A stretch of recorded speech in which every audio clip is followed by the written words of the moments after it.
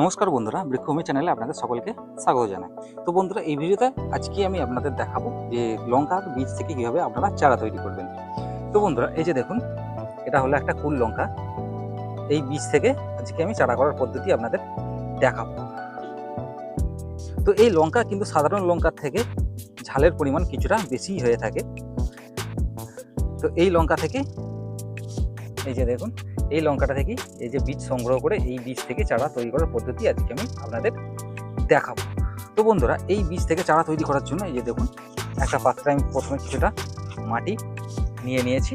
তো এর সঙ্গে কিছুটা কোকোপিট মিশিয়ে দেব। এই যে দেখুন, কিছুটা কোকোপিট আমি মিশিয়ে দিলাম।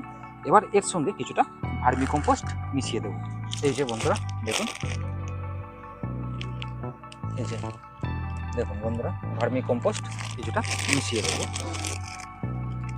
এই যে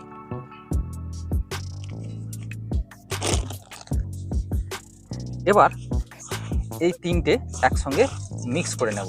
মাটি, কোকোপিট আর ভার্মি কম্পোস্ট একসঙ্গে মিক্স করে নেব।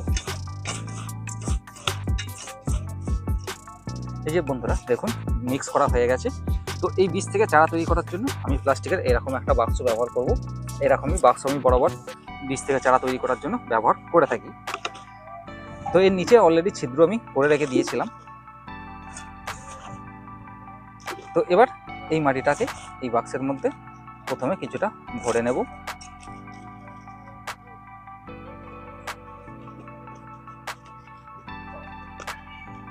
যে বন্ধুরা দেখুন,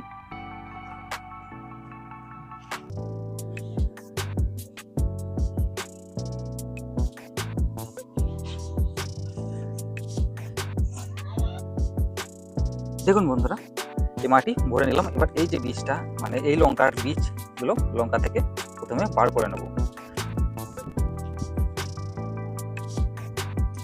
এই যে বন্ধুরা দেখুন, বীজগুলো বার করে নিলাম। এবার এই বীজগুলো এই মাটির উপরে এইভাবে ছড়িয়ে দেব।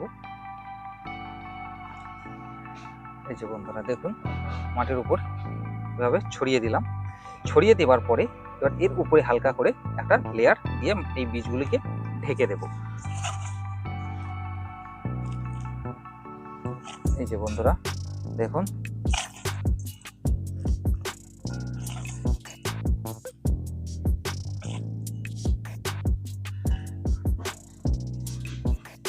দেখুন বন্ধুরা, বীজগুলোকে ঢেকে দিলাম।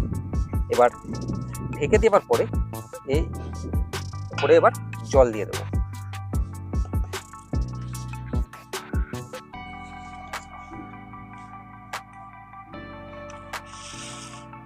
এই যে বন্ধুরা, খুব সাবধানে জল দিতে হবে।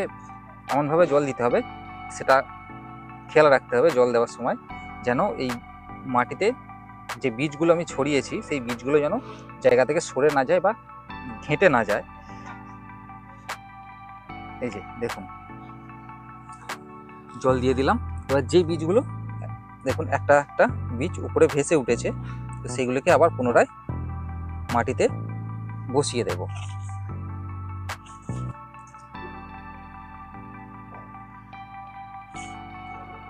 এই যে দেখুন, জল দেওয়ার ফলে যেখানে যেখানে একটু গর্ত হয়ে গেছে সেইগুলো এই মাটি দিয়ে আবার একটু ভর্তি করে দেবো।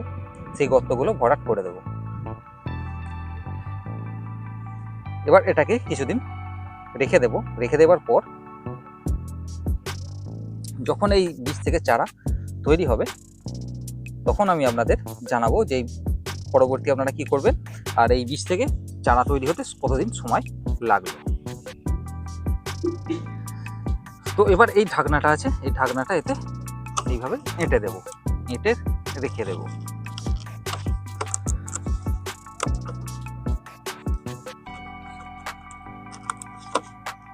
এই যে বন্ধুরা দেখুন, ঢাকনাটা এঁটে দিলাম। এঁটে দিয়ে এটা এবার রেখে দেব। দেখুন বন্ধুরা, আজ প্রায় 10 দিন হয়ে গিয়েছে এবং 10 দিনের মধ্যে এই যে দেখুন কত সুন্দর বীজ থেকে চারা ফুটে গেছে।